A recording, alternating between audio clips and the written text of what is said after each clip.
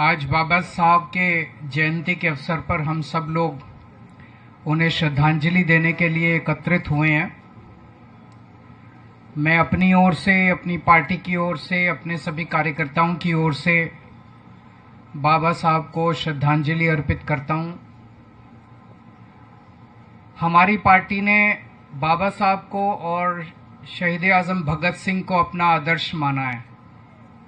हम लोगों ने ये तय किया है कि उनके जीवन के संघर्ष से हम प्रेरणा लेंगे और उनके बताए हुए रास्ते पे कदम, उनके बताए हुए संदेश के मुताबिक हम आगे बढ़ेंगे। उसी दिशा में हम लोग पूरी कोशिश करते हैं अपनी पार्टी को भी चलाने की और जहां जहां हमारी सरकारें हैं उन सरकारों को भी चलाने की। हम देखते हैं कि किस तरह से आज के राजनीति में बाबा साहब को श्रद्धांजलि देने का, माला पहनाने का, फूल अर्पित करने का कई पार्टियां और कई नेता एक झूठा दिखावा करते हैं। मैं झूठा क्यों कह रहा हूं? जैसे मान लो आपका बेटा है, आप अपने बेटे को बोलो बेटा इस रास्ते चल, बेटा उस रास्ते तो चले नहीं। जो आप कहो उसका उल्टा करे, जो काम आप कहो उसका उल्टा करे, जो सीख आप दो उसकी उल्टी करे और रोज सवेरे आपकी तस्वीर लगा के उसके आगे माला, फूल सब चढ़ाए और आपकी पूजा करे। तो आप क्या करोगे? 2 थप्पड़ मारोगे उसको कि मैं जो कहता हूं वो तो करता नहीं है और मेरे को रोज माला चढ़ा के और फूल चढ़ा के, फूल पत्ती और धूप दीप करता है। वही उन्होंने, इन सारी पार्टियों और नेताओं ने आज बाबा साहब के साथ कर रखा है। बाबा साहब ने जो संदेश दिया, जो उनके विचार थे, उस पे तो कोई नहीं चलेगा, उसके उल्टा करेंगे। लेकिन बाबा साहब को फूल पत्ती चढ़ाएंगे, उनको दिखावा करेंगे उनकी पूजा करने की। सबसे बड़ा संदेश बाबा साहब का क्या था? जो भी सौरभ भारद्वाज ने कहा, सबसे ज्यादा तवज्जो उन्होंने शिक्षा को दी थी कि अगर हम चाहते हैं कि हमारा सारा समाज एक पीढ़ी के अंदर आगे बढ़े, बराबरी का अधिकार मिले, सबकी गरीबी दूर हो, तो वो केवल और केवल एक ही चीज से हो सकती है, वो है शिक्षा। शिक्षा के बिना कोई पार नहीं है, हो ही नहीं सकता। अगर हम अपने देश में बच्चों को शिक्षा नहीं देंगे, एक जैसी शिक्षा नहीं देंगे, अच्छी शिक्षा नहीं देंगे, देश तरक्की कर ही नहीं सकता। ये सारी पार्टी वाले और ये नेता क्या करते हैं? उसका उल्टा करते हैं, शिक्षा पे जोर नहीं देंगे। और अब जो दिल्ली के अंदर चल रहा है, ये तो बेहद दुखद है जो कुछ भी चल रहा है। जब हम राजनीति में नहीं आए थे, हम सोचा करते थे, हम एनजीओ में काम करते थे, हम समाज सेवा में काम, झुग्गियों में काम किया करते थे। हम देखते थे सरकारी स्कूलों की बहुत बुरी हालत थी, गरीबों के बच्चों के लिए बहुत बुरी शिक्षा थी। हम देखते थे कैसे प्राइवेट स्कूल वाले शोषण करते हैं माँ बाप का, बच्चों का, फीस पे फीस बढ़ाते जाते हैं, फीस पे फीस बढ़ाते जाते हैं। जब हमारी सरकार बनी, दिल्ली के अंदर और कुछ हो ना हो, हमने शिक्षा का अच्छा इंतजाम कर दिया। सरकारी स्कूल शानदार कर दिए, प्राइवेट स्कूलों को 10 साल तक फीस नहीं बढ़ाने दी, 10 साल तक इनको फीस नहीं बढ़ाने दी। लेकिन अभी 2 महीने भी नहीं हुए और इन 2 महीनों के अंदर इन्होंने पूरी शिक्षा व्यवस्था का बेड़ा गर्क करना चालू कर दिया दिल्ली के अंदर। ऐसे है जैसे अब एकदम से लूट मच गई। जैसे सारे प्राइवेट स्कूल खराब नहीं होते, लेकिन कुछ प्राइवेट स्कूल ऐसे हैं जैसे भूखे भेड़ियों की तरह झपट के मार रहे हैं पेरेंट्स के ऊपर। जो सोशल मीडिया पे देख रहे हैं, बच्चों को लाइब्रेरी के अंदर बंद कर दिया जाता है, बच्चों को क्लास अटेंड नहीं करने देते, बच्चों के ऊपर जिस तरह से तानाशाही बर्ताव किया जा रहा है, कि फीस नहीं दोगे तो ये कर देंगे, वो कर देंगे, अनाप शनाप फीस। कईयों ने तो दुगनी कर दी, कईयों ने 80% बढ़ा दी, 40%। कहां से लाए बच्चों को पैसे पढ़ाने के लिए? मैं भी आने के पहले सोशल मीडिया पे देख रहा था, एक आदमी कह रहा था जी 2 लाख रुपए कर दिए साल का खर्च। कहां से लाए, कहां से लाए इतने बच्चों को पैसे पढ़ाने के लिए? ये तो किसी भी जिम्मेदार सरकार की जिम्मेदारी होती है कि वो शोषण के खिलाफ लोगों को बचाए, और यही शोषण में शामिल हैं, यही लोग शोषण करवाने में शामिल हैं। सरकारी स्कूल कितनी मुश्किल से ठीक करे थे, कितनी मुश्किल से ठीक करे थे 10 साल में। इन्होंने हैप्पीनेस करिकुलम बंद कर दिया, इन्होंने देशभक्ति करिकुलम बंद कर दिया, इन्होंने बिजनेस ब्लास्टर्स सारा एक एक करके मिशन बुनियाद बंद कर दिया। एक एक करके जितने अच्छे काम करे थे सरकारी स्कूलों में सारे बंद करते जा रहे हैं ये लोग। अभी कल गुजरात की एक स्टोरी आई थी। गुजरात के 157 सरकारी स्कूलों में 10वीं क्लास के बोर्ड के पेपर में एक भी बच्चा पास नहीं हुआ, एक भी बच्चा। 30 साल से इनकी गुजरात में सरकार है, शर्म से डूब मरना चाहिए इनकी पार्टी को कि गुजरात के अंदर 30 साल सरकार चलाने के बाद अगर शिक्षा व्यवस्था का गुजरात में ये हाल है तो अब वही हाल ये लोग दिल्ली का करेंगे।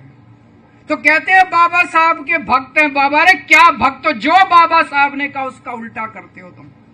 बाबा साहब ने कहा शिक्षा पे काम करो, ये शिक्षा का कबाड़ा करने में लगे। एक राज्य बता दो मेरे को जहां इनकी सरकार है उन्होंने शिक्षा पे अच्छा काम किया हो, एक राज्य बता दो। कोई एक राज्य नहीं है जहां इनकी सरकार है और उन्होंने शिक्षा को ठीक कर दिया हो, एक भी स्कूल को उन्होंने ठीक किया हो। पहले मैं सोचता था 75 साल हो गए आजादी को, मैं यही सोचता था शिक्षा क्यों नहीं ठीक हो रही, क्यों नहीं ठीक हो रही। हमारे देश में इतनी गरीबी, इतनी अशिक्षा है। मेरे को लगता है कि अगर हमने शिक्षा व्यवस्था ठीक कर दी तो एक पीढ़ी में हम अपने देश से गरीबी दूर कर सकते हैं। मैं सोचता था क्यों नहीं हो रही, मुझे लगता था इनको करना नहीं आता, इनसे हो नहीं रहा। लेकिन जिस तरह से ये दिल्ली की शिक्षा व्यवस्था को बर्बाद करने में लगे हुए हैं, अब मैं पूरी तरह से कन्विंस्ड हूं कि जानबूझ के इन दोनों पार्टियों ने 75 साल में इस देश को अनपढ़ रखा है, जानबूझ के अनपढ़ रखा है। एक षड्यंत्र के तहत, साजिश के तहत इस देश को गरीब और अनपढ़ रखा गया है। इन दोनों पार्टियों ने मिलकर रखा अपना वोट बैंक बनाने के लिए। इनको बाबा साहब से कोई प्यार नहीं है, ये कोई बाबा साहब की इज्जत नहीं करते। मजबूरी है कि बाबा साहब को इज्जत देने का दिखावा करना पड़ता है। और क्या मजबूरी है? वोट चाहिए इनको, एससी समाज के वोट चाहिए, इसलिए दिखावा करना पड़ता है इनको बाबा साहब की पूजा करने का, बाबा साहब की इज्जत देने का। बाबा साहब अंबेडकर ने जब संविधान सभा के अंदर, कॉन्स्टिट्यूशन असेंबली के अंदर जब डिबेट चल रहा था, उस वक्त बड़ा कड़क बहस हुई थी कॉन्स्टिट्यूएंट असेंबली में। किसी ने कहा कि वोट देने का अधिकार सबको नहीं होना चाहिए, किसी ने कहा कि अनपढ़ लोगों को वोट देने का अधिकार नहीं होना चाहिए, गरीब लोगों को वोट देने का अधिकार नहीं होना चाहिए। यह प्रस्ताव आया केवल पढ़े लिखे लोगों को या इनकम टैक्स देने वाले लोगों को ही वोट देने का अधिकार होना चाहिए। आप सोच के देखो, अगर केवल अमीर लोगों को और पढ़े लिखे लोगों को वोट देने का अधिकार होता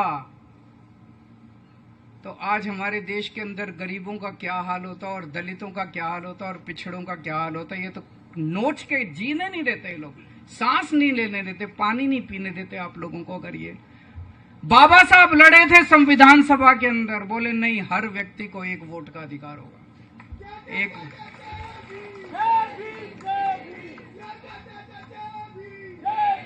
हर व्यक्ति को वोट देने का अधिकार होगा। एक व्यक्ति को एक, चाहे पढ़ा लिखा हो, चाहे अनपढ़ हो, चाहे गरीब हो, चाहे अमीर हो, चाहे पैसे दे हो उसके पास, चाहे इस जात का हो चाहे उस जात का हो, हर व्यक्ति को वोट देने का अधिकार होगा।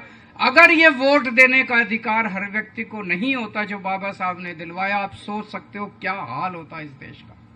बहुत बुरा हाल होता। अभी तो वोट देने का अधिकार है, तब ये लोग झुग्गी वालों को वोट के पहले जाके कहते हैं कि जहां झुग्गी वहां मकान, और जिस दिन चुनाव के नतीजे आते हैं अगले दिन झुग्गियां तोड़वा देते हैं। इतने बेशर्म लोग हैं ये लोग। वोट देने का अधिकार है तब इन्होंने जीना मुश्किल कर रखा है। अगर वोट देने का अधिकार नहीं होता, ये तो सबको प्रशांत महासागर में ले जाकर डुबो देते, सारे गरीबों को, सारे अनपढ़ लोगों को। कोई स्कूल नहीं बनवाते आप लोगों के लिए, केवल अमीरों के स्कूल होते हैं इस देश के अंदर, कोई सरकारी स्कूल नहीं होता। तो बाबा साहब ने वोट देने का अधिकार दिया, इसलिए आज मुझे यहाँ आप सबको बताते हुए, आप सबकी पंजाब में सरकार है, आप लोगों की पंजाब सरकार ने एक बहुत बड़ा निर्णय लिया अभी 2-3 साल पहले। पूरे देश में कश्मीर से कन्याकुमारी तक और गुजरात से आसाम तक केवल एक राज्य है पंजाब, जहां पे वकीलों का, जो सरकारी वकीलों का पैनल बनता है, उसमें भी रिजर्वेशन दिया गया है। बाकी किसी राज्य के अंदर सेंट्रल गवर्नमेंट भी अपने वकीलों के पैनल में रिजर्वेशन नहीं देती।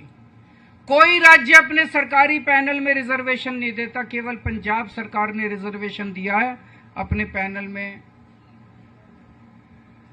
रिजर्वेशन दिया है, सरकारी वकीलों का जो पैनल है।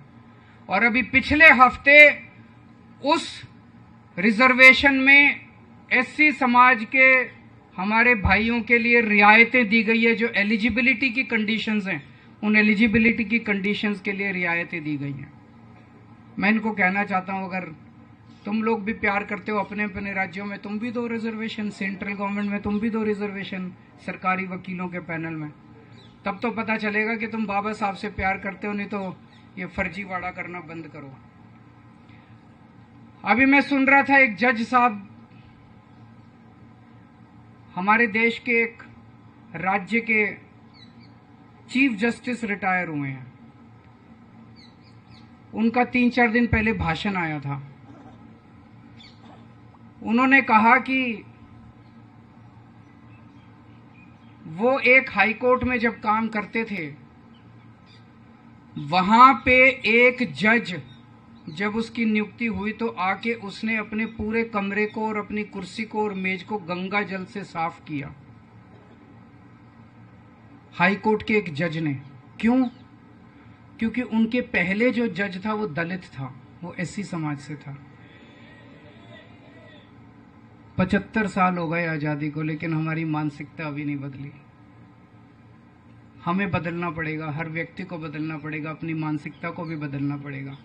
एक तरफ जहां पार्टियों को और नेताओं को बदलना है, दूसरी तरफ इस देश के हर व्यक्ति को भी अपनी सोच को बदलना पड़ेगा। फिर से मैं आप सब लोगों को बाबा साहब के जयंती के अवसर पे बहुत बहुत शुभकामनाएं देता हूं और यही निवेदन करता हूं कि उनके कदम चिन्हों पे चलना, इन पार्टियों और नेताओं की तरह दिखावा मत करना। बहुत बहुत शुक्रिया। पार्टी के अध्यक्ष अरविंद केजरीवाल जी, मनीष सिसोदिया जी, पंकज गुप्ता जी, आतिशी मालिना जी, पंकज गुप्ता जी और सत्येंद्र जैन साहब, मोनू भाई, कुलदीप जी, विशेष रवि भाई, तोमर जी, राखी बिरला बहन, और मेरे सामने बहुत सारे हमारे विधायक साथी बैठे हैं। कुछ हमारे विधानसभा के उम्मीदवार बैठे हैं, कई हमारे पार्षद साथी बैठे हैं, बहुत सारे संगठन के लोग बैठे हैं। सबसे पहले मैं आप लोगों से बहुत माफ़ी चाहूँगा कि हमने कल रात को इस कार्यक्रम के लिए आप लोगों को सूचना दी। इससे पहले हमारा कार्यक्रम ये था कि हर विधानसभा में हम शाम को बाबा साहब अम्बेडकर जी के सम्मान में एक कार्यक्रम करें, मगर कल पार्टी के अंदर चर्चा हुई तो हमने तय किया कि एक छोटा कार्यक्रम सुबह हमारे कार्यालय में भी होना चाहिए, जिस तरह से हर साल हम लोग करते हैं। और आपको इसीलिए रात को हमने बताया, और मैं ये समझता हूँ कि सुबह हर विधानसभा के कई इलाकों के अंदर बाबा साहब अम्बेडकर जी के सम्मान में कार्यक्रम रखे जाते हैं। व्यस्तता रहती है, उसके बावजूद भी आप सब लोग आए, आप सब लोगों का बहुत बहुत धन्यवाद, आभार। पार्टी शुरू से अंबेडकर जी के विचारधारा पे चलती है। अंबेडकर जी ने नारा दिया था आज से 100 साल पहले। सोचिए, अंबेडकर जी ने ये सोचा कि भारत को नारा दिया, शिक्षित बनो, संगठित रहो, संघर्ष करो।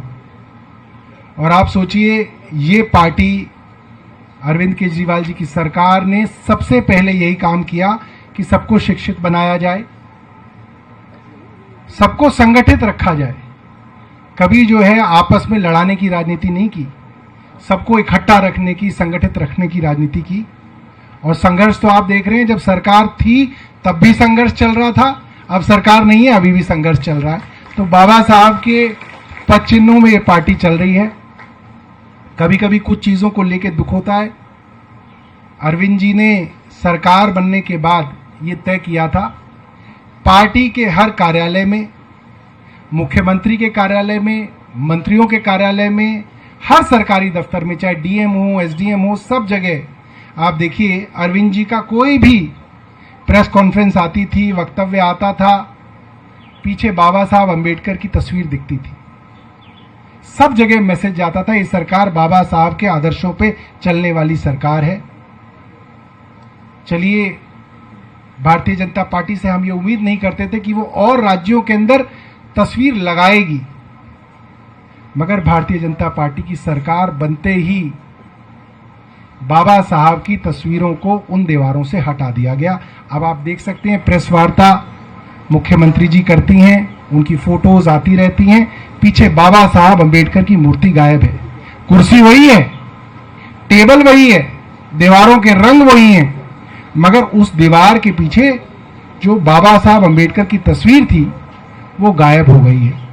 तो ना सिर्फ बाबा साहब अंबेडकर की जगह इनके दिलों में है, नहीं है इनके दिलों में, और ना इनकी दीवारों पे बाबा साहब अंबेडकर के लिए जगह है। ये बड़े दुख की बात है, बड़े शर्म की बात है। भारतीय जनता पार्टी ने कई वादे बाबा साहब अंबेडकर के नाम पे किए थे दिल्ली वालों से।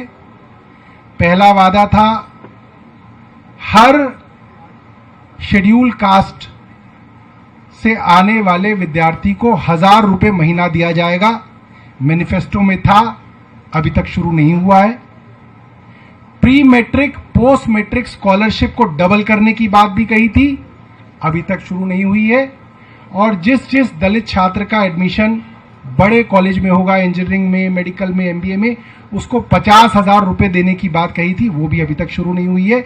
मुझे लगता था कि आज शुरू करेंगे, मगर शुरू नहीं हुई है। दुख की बात है। खैर, हम लोग संघर्ष जारी रखेंगे।